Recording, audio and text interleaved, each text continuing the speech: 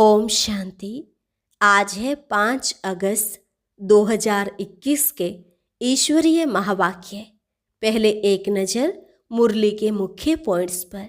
बाबा ने कहा, कल्प कल्प तुम्हारी तकदीर जगती है और सो जाती है।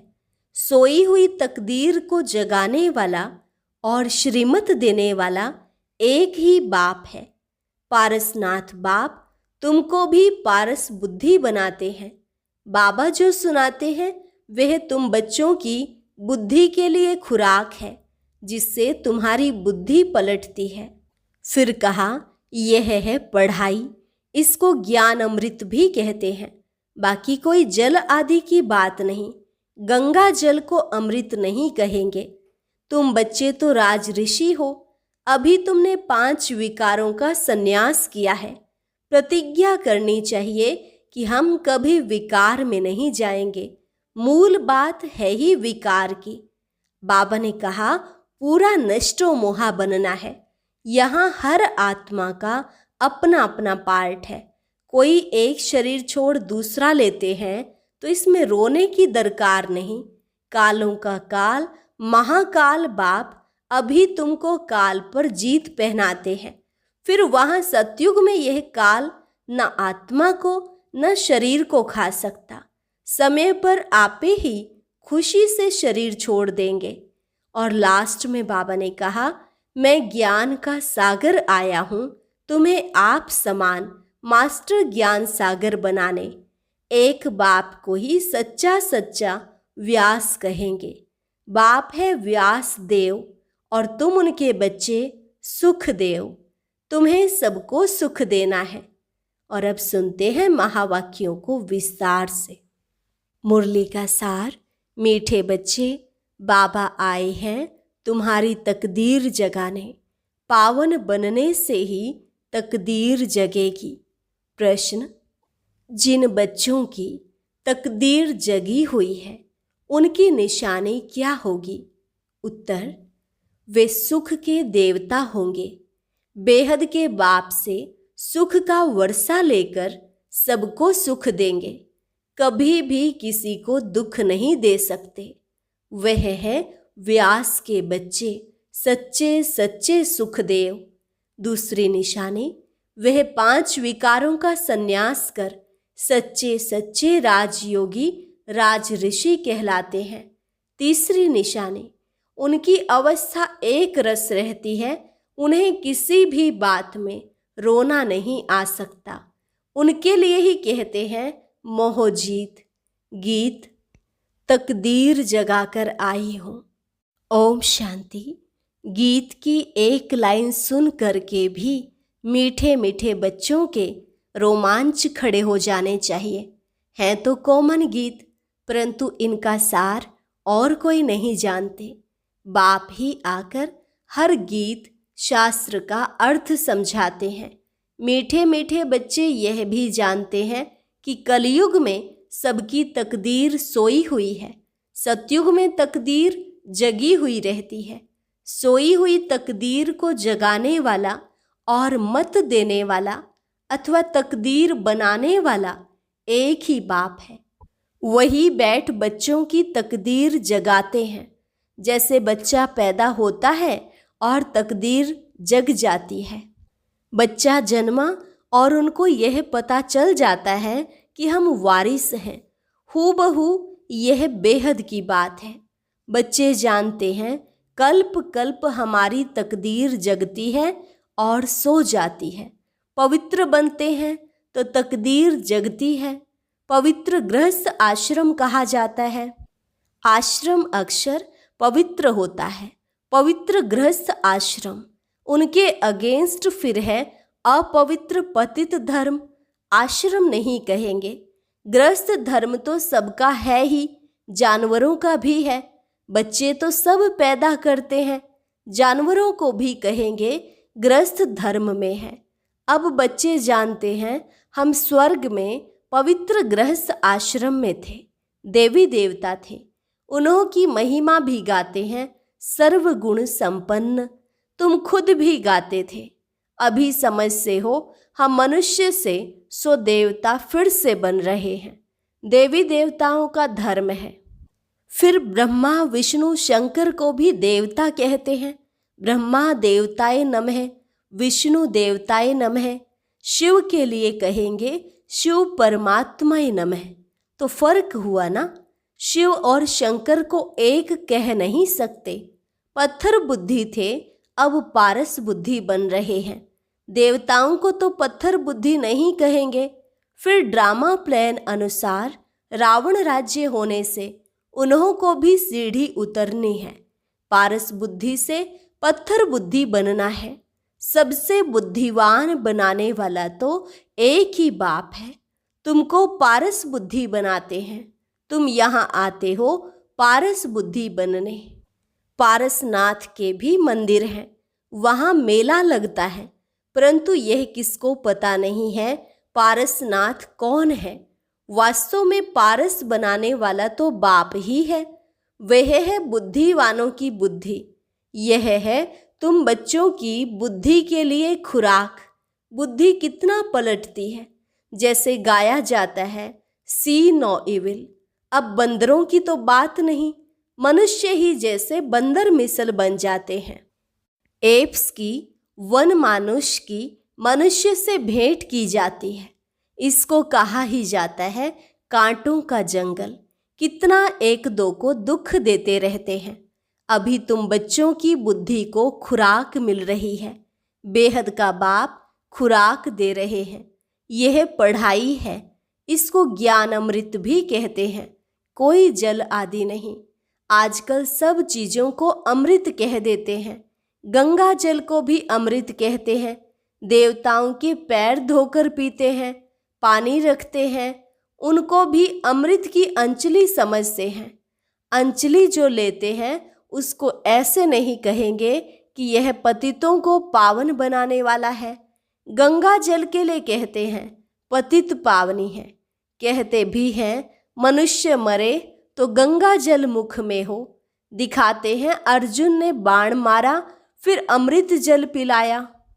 तुम बच्चों ने कोई बाण आदि नहीं चलाए हैं। एक गांव है जहां बाणों से लड़ाई करते हैं। वहां के राजा को ईश्वर का अवतार कहते हैं। बाप कहते हैं ये सब भक्ति मार्ग के गुरु हैं। सच्चा सच्चा सतगुरु एक ही है। सर्व का सद्गति दाता एक है जो सबको साथ ले जाते हैं। बाप के सिवाय वापिस कोई ले नहीं जा सकता। ब्रह्म में लीन हो जाने की भी बात नहीं। यह नाटक बना हुआ है जो चक्र अनादि फिरता ही रहता है। वर्ल्ड की हिस्ट्री ज्योग्राफी कैसे रिपीट होती है यह अभी तुम जानते हो। मनुष्य अर्थात आत्माएं अपने बाप रचता को भी नहीं जानती हैं। जिसको याद भी करते हैं वो गॉड फादर। हद के बाप को कभी गॉड फादर नहीं कहते। गॉड फादर अक्षर बहुत अदब इज्जत से कहते हैं। उनके लिए ही कहते हैं वह पतित पावन दुख हरता सुख करता है। एक तरफ कहते हैं वह दुख हरता सुख करता है और फिर कोई दुख होता है वह बच्चा आदि मर जाता है तो कह देते ईश्वर ही सुख दुख देता है। ईश्वर ने हमारा बच्चा ले लिया, यह क्या किया। ईश्वर को फिर गालियां देते हैं। कहते भी हैं ईश्वर ने बच्चा दिया है, फिर अगर उसने वापस ले लिया तो तुम रोते क्यों हो। ईश्वर के पास गया ना। सतयुग में कब कोई रोते नहीं। बाप समझाते हैं रोने की तो कोई दरकार नहीं। आत्मा को अपने हिसाब किताब अनुसार जाकर पार्ट बजाना है। ज्ञान न होने के कारण मनुष्य कितना रोते हैं, जैसे पागल हो जाते हैं। यहाँ तो बाप समझाते हैं अम्मा मरे तो भी हलवा खाना, बाप मरे तो भी हलवा खाना, नष्टो मोहा होना है। हमारा तो एक ही बेहद का बाप है, दूसरा न कोई। ऐसी अवस्था बच्चों की होनी चाहिए। मोहजीत राजा की कथा भी सुनी है ना। सतयुग में कभी दुख की बात नहीं होती, ना कभी अकाले मृत्यु होती है। बच्चे जानते हैं हम काल पर जीत पाते हैं।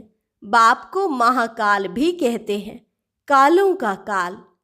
तुमको काल पर जीत पानी है, अर्थात काल कब खाता नहीं। काल न आत्मा को न शरीर को खा सकता। आत्मा एक शरीर छोड़ दूसरा लेती है, उसको कहते हैं काल खा गया। बाकी काल कोई चीज नहीं है। मनुष्य महिमा गाते रहते हैं, समझते कुछ नहीं। अच्युतम केशवम। बाप समझाते हैं यह 5 विकार तुम्हारी बुद्धि को कितना खराब कर देते हैं। इस समय कोई भी बाप को नहीं जानते हैं, इसलिए इनको ऑर्फन की दुनिया कहा जाता है। कितना आपस में लड़ते झगड़ते रहते हैं। यह सारी दुनिया बाबा का घर है ना। बाप सारी दुनिया के बच्चों को पतित से पावन बनाने आते हैं। आधा कल्प बरोबर पावन दुनिया थी ना। गाते भी हैं राम राजा राम प्रजा। वहाँ फिर अधर्म की बात हो कैसे सकती। कहते भी हैं वहाँ शेर बकरी इकट्ठे जल पीते हैं, फिर वहाँ रावण आदि कहाँ से आए। समझते नहीं। बाहर वाले तो ऐसी बातें सुनकर हंसते हैं, बाप आकर ज्ञान देते हैं। यह पतित दुनिया है ना। अब प्रेरणा से पतितों को पावन बनाएंगे क्या। बुलाते हैं पतित पावन आओ, तो जरूर भारत में ही आया था। अब भी कहते हैं मैं ज्ञान का सागर आया हूँ, तुम्हें आप समान मास्टर ज्ञान सागर बनाने। बाप को ही सच्चा सच्चा व्यास कहेंगे, तो यह व्यास देव और तुम उनके बच्चे सुख देव। तुम अभी सुख के देवता बनते हो, सुख का वर्षा ले रहे हो व्यास शिवाचार्य से। व्यास के बच्चे तुम हो, परंतु मनुष्य मूंझ ना जाए इसलिए कहा जाता है शिव के बच्चे। उनका असल नाम है शिव। आत्मा को जाना जाता है, परमात्मा को भी जाना जाता है। वही आकर पतित से पावन बनने का रास्ता बताते हैं। कहते हैं मैं तुम आत्माओं का बाप हूँ। कहते हैं अंगूठे मिसल है, इतना बड़ा तो यहाँ ठहर भी ना सके, वह तो बहुत सूक्ष्म है। डॉक्टर लोग भी माथा मारते हैं आत्मा को देखने के लिए, परंतु देख नहीं सकते। आत्मा को रियलाइज किया जाता है। बाप पूछते हैं अब तुमने आत्मा को रियलाइज किया। इतनी छोटी सी आत्मा में अविनाशी पार्ट नूंधा हुआ है, जैसे एक रिकॉर्ड है। पहले तुम देह अभिमानी थे, अभी देही अभिमानी बने हो। तुम जानते हो हमारी आत्मा 84 जन्म कैसे लेती रहती है, इनका अंत नहीं होता। कोई कोई पूछते हैं यह ड्रामा कब से शुरू हुआ, परंतु यह तो अनादि है, यह कभी विनाश नहीं होता। इनको कहा जाता है बना बनाया अविनाशी वर्ल्ड ड्रामा। वर्ल्ड को भी तुम जानते हो। जैसे अनपढ़ बच्चों को पढ़ाई दी जाती है, ऐसे बाप तुम बच्चों को पढ़ा रहे हैं। आत्मा ही शरीर द्वारा पढ़ती है। यह है पत्थर बुद्धि के लिए फूड। बुद्धि को समझ मिलती है। तुम बच्चों के लिए ही बाबा ने चित्र बनवाए हैं, बहुत सहज है। त्रिमूर्ति ब्रह्मा विष्णु शंकर। अब ब्रह्मा को त्रिमूर्ति क्यों कहते हैं। देव देव महादेव एक दो के ऊपर रखते हैं, अर्थ कुछ भी नहीं जानते। अब ब्रह्मा कैसे हो सकता, जबकि ब्रह्मा को प्रजापिता कहा जाता है, तो सूक्ष्म वतन में वह देवता कैसे हो सकता। प्रजापिता ब्रह्मा तो यहाँ होना चाहिए। यह बातें कोई भी शास्त्र में है नहीं।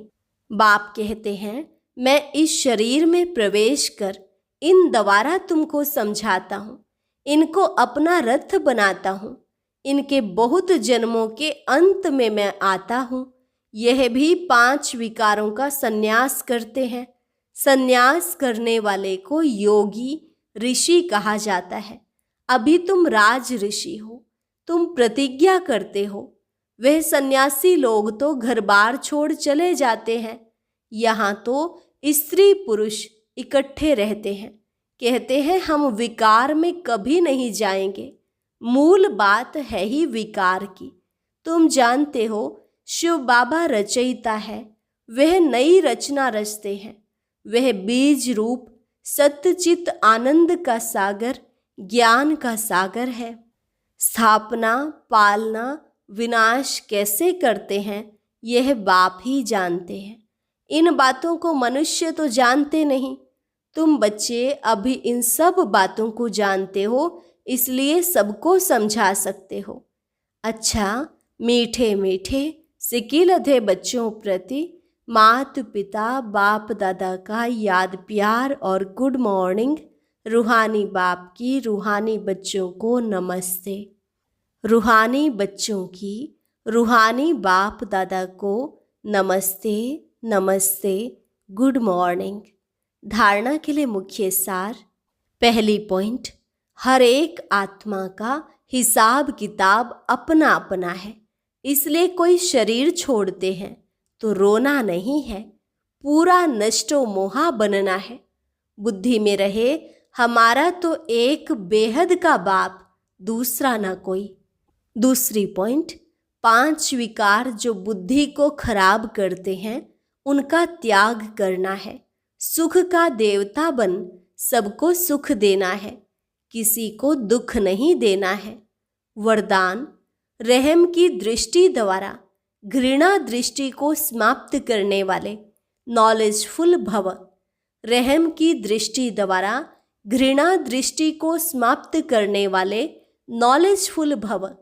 जो बच्चे 1-2 के संस्कारों को जानकर संस्कार परिवर्तन की लगन में रहते हैं, कभी यह नहीं सोचते कि यह तो है ही ऐसे, उन्हें कहेंगे नॉलेजफुल। वे स्वयं को देखते और निर्विघ्न रहते हैं। उनके संस्कार बाप के समान रहम दिल के होते हैं। रहम की दृष्टि घृणा दृष्टि को समाप्त कर देती है। ऐसे रहम दिल बच्चे कभी आपस में खिटखिट नहीं करते, वे सपूत बनकर सबूत देते हैं।